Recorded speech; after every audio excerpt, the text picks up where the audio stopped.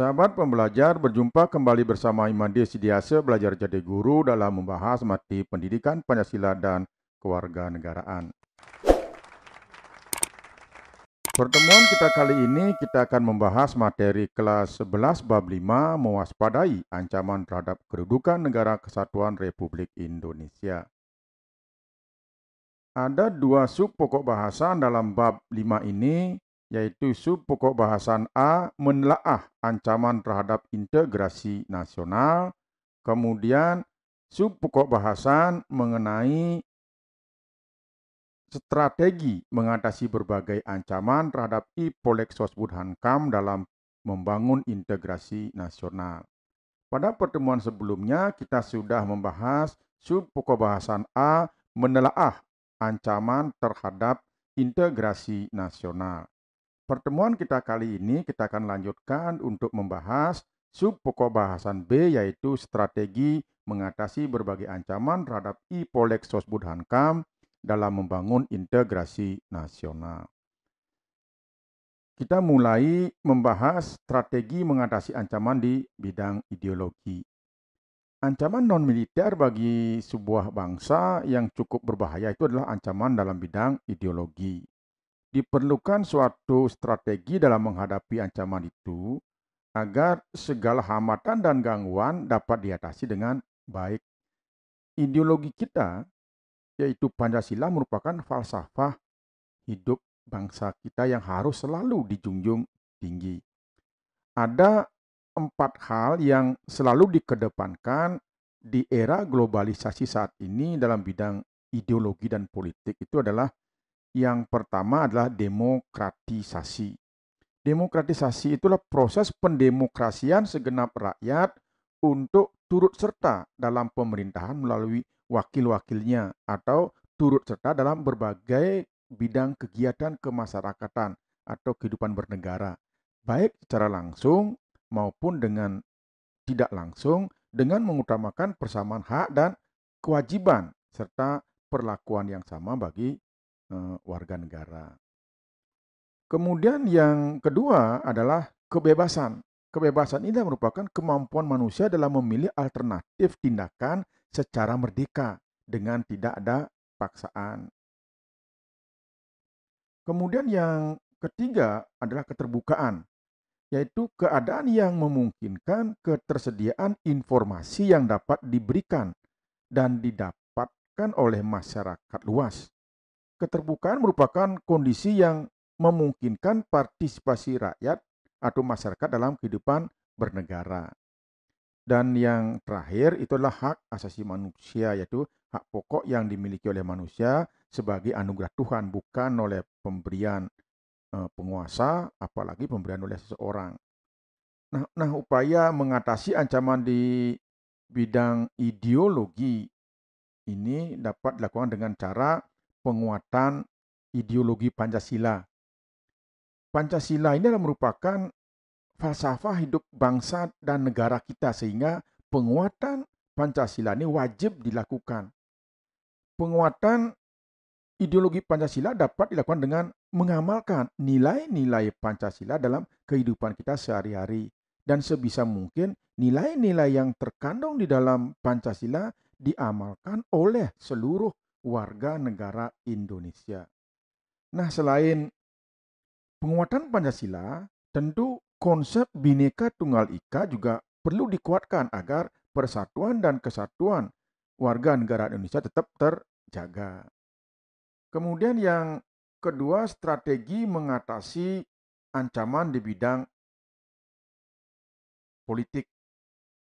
Dalam menghadapi ancaman yang berdimensi politik, strategi pertahanan di bidang politik ini tentu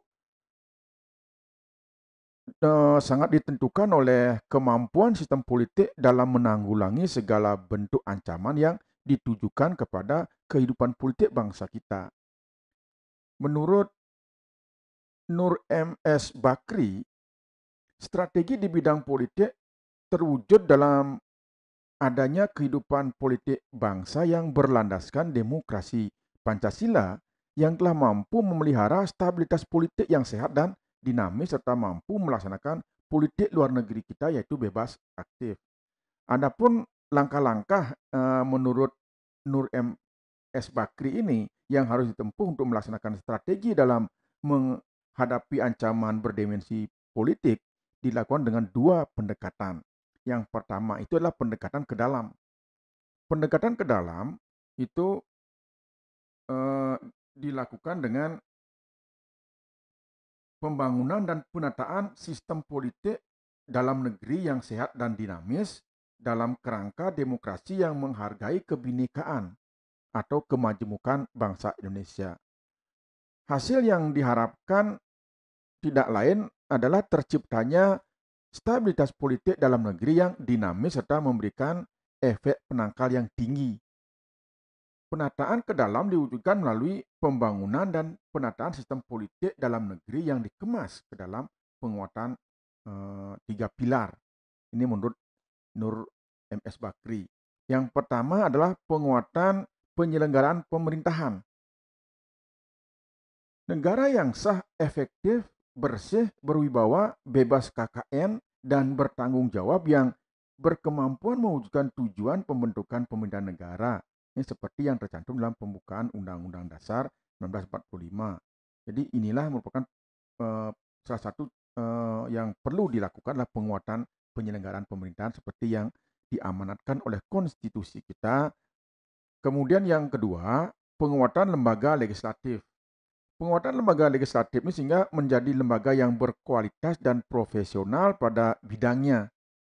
Lembaga legislatif yang mampu bekerjasama dengan pemerintah dalam memproses dan melahirkan produk-produk legislasi, yaitu berupa peraturan perundang-undangan bagi kepentingan pembangunan nasional. Kemudian yang ketiga, penguatan kekuatan politik nasional, baik itu partai politik maupun organisasi masyarakat sebagai alat untuk memberdayakan masyarakat sebagai subjek politik dan pembangunan nasional. Kekuatan politik berkewajiban mewujudkan dan meningkatkan perannya dalam pendidikan politik bagi warga negara. Nah, yang kedua, pendekatan yang keluar. Pendekatan keluar diarahkan untuk mendinamisasikan strategi dan upaya diplomatik melalui peningkatan peran instrumen politik luar negeri dalam membangun kerjasama dan saling percaya dengan negara-negara lain sebagai kondisi untuk mencegah atau mengurangi adanya potensi konflik antar negara yang dimulai dari tataran internal, regional, hingga global. Nah, pendekatan keluar ini diwujudkan dengan cara di lingkup internal. Pada lingkup internal, melalui penciptaan, pembangunan, dan peningkatan kondisi dalam negeri yang semakin mantap dan stabil yang dibarengi dengan upaya-upaya peningkatan dan perbaikan pertumbuhan ekonomi yang sehat dan kuat, serta penguatan dan peningkatan kehidupan sosial kemasyarakatan. Kemudian di lingkungan regional, politik dan diplomasi Indonesia ini diarahkan untuk selalu aktif dan berperan dalam membangun serta meningkatkan kerjasama dengan negara lain dalam kerangka prinsip saling percaya, saling menghargai, dan tidak saling mengintervensi urusan dalam negeri masing-masing negara. Kemudian yang keempat itu adalah, yang ketiga itu adalah pada lingkup supraregional. Politik luar negeri dikembangkan untuk berperan dalam penguatan ASEAN, kemudian melalui hubungan bilateral yang harmonis ini dan terpelihara serta diwujudkan dalam kerjasama yang lebih konkret. Nah, dalam kerangka penguatan ASEAN ini, kinerja politik luar negeri Indonesia harus mampu membangun hubungan dan kerjasama yang memberikan jaminan atas kedaulatan dan keutuhan wilayah negara kesatuan Republik Indonesia dan tidak adanya intervensi dari negara lain, terutama jaminan tidak adanya agresi terhadap wilayah kedaulatan negara kita. Kemudian di lingkup global, politik luar negeri harus memainkan peranannya secara maksimal dalam memperjuangkan kepentingan-kepentingan nasional kita melalui keberadaan kita sebagai anggota PBB, sebagai anggota GNB, atau sebagai anggota OKI, dan juga forum-forum regional di ASEAN. Jadi peran diplomasi harus mampu mengidentifikasi potensi-potensi ancaman yang berdimensi politik yang mengancam kedaulatan dan kepentingan nasional kita, serta melakukan langkah-langkah pencegahan. Nah, untuk mencapai hal ini, bangsa Indonesia harus mampu mewujudkan hal-hal seperti berikut. Yang pertama itu adalah mengembangkan demokrasi politik. Yang kedua, mengaktifkan masyarakat sipil dalam arena politik. Yang ketiga, mengadakan reformasi di segala bidang. Kemudian yang keempat, memperkuat kepercayaan dari rakyat. Yang kelima, menegakkan supremasi hukum, jadi hukum yang menjadi panglima. Dan yang keenam, memperkuat posisi Indonesia di dunia internasional. Nah, sekarang kita bicarakan tentang bagaimana strategi Indonesia dalam mengatasi ancaman di bidang ekonomi. Dalam menghadapi ancaman yang bersifat atau yang berdimensi ekonomi, sistem dan upaya pertahanan negara yang ditempuh adalah dengan membangun ketahanan di bidang ekonomi. Jadi melalui penataan sistem ekonomi nasional yang sehat dan berdaya saing. Sasaran pembangunan di bidang ekonomi itu adalah pertumbuhan ekonomi yang cukup tinggi bagi perwujudan stabilitas ekonomi yang memberikan efek kesejahteraan dan penangkalan yang efektif sekaligus mampu menjadi pemenang di dalam era globalisasi seperti saat ini. Nah, untuk menghadapi tantangan tersebut diperlukan upaya akselerasi percepatan pembangunan perekonomian nasional yang berdaya saing melalui pertumbuhan ekonomi yang cukup tinggi. Adapun strategi untuk menghadapi ancaman di bidang ekonomi seperti yang pertama adalah menghadapi ancaman yang berdimensi ekonomi dari dalam negeri. Yang pertama, prioritas kebijakan ini dapat berupa penciptaan lapangan kerja padat karya.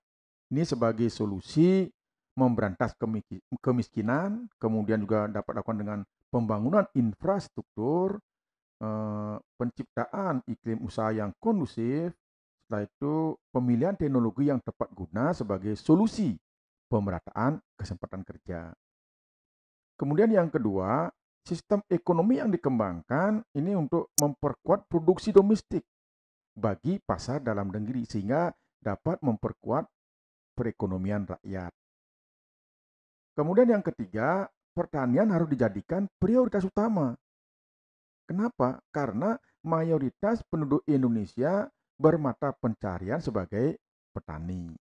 Kemudian industri-industri yang dibangun haruslah menggunakan bahan baku dalam negeri sehingga tidak selalu bergantung pada impor dari luar negeri. Kemudian yang keempat, perekonomian berorientasi pada kesejahteraan rakyat. Maksudnya, segala sesuatu yang menguasai hajat hidup orang banyak harus terjangkau oleh daya beli masyarakat. Kemudian yang kelima, jangan kita selalu tergantung pada badan-badan multilateral seperti IMF, Bank Dunia, atau WTO. Nah, sekarang kita bicarakan untuk strategi menghadapi ancaman yang berdimensi ekonomi dari eksternal. Nah, Indonesia harus membangun dan menjaga hubungan baik dengan negara-negara lain, terutama dalam tatanan ekonomi politik dunia. Ini harus bisa dilakukan untuk meningkatkan daya saing kita, meningkatkan ketahanan di bidang ekonomi. Nah, demikian sahabat pembelajar yang bisa kita bahas pada hari ini, strategi terhadap ancaman di bidang ekonomi. Nah, pertemuan berikutnya kita akan membahas bagaimana strategi Indonesia mengatasi ancaman di bidang sosial budaya.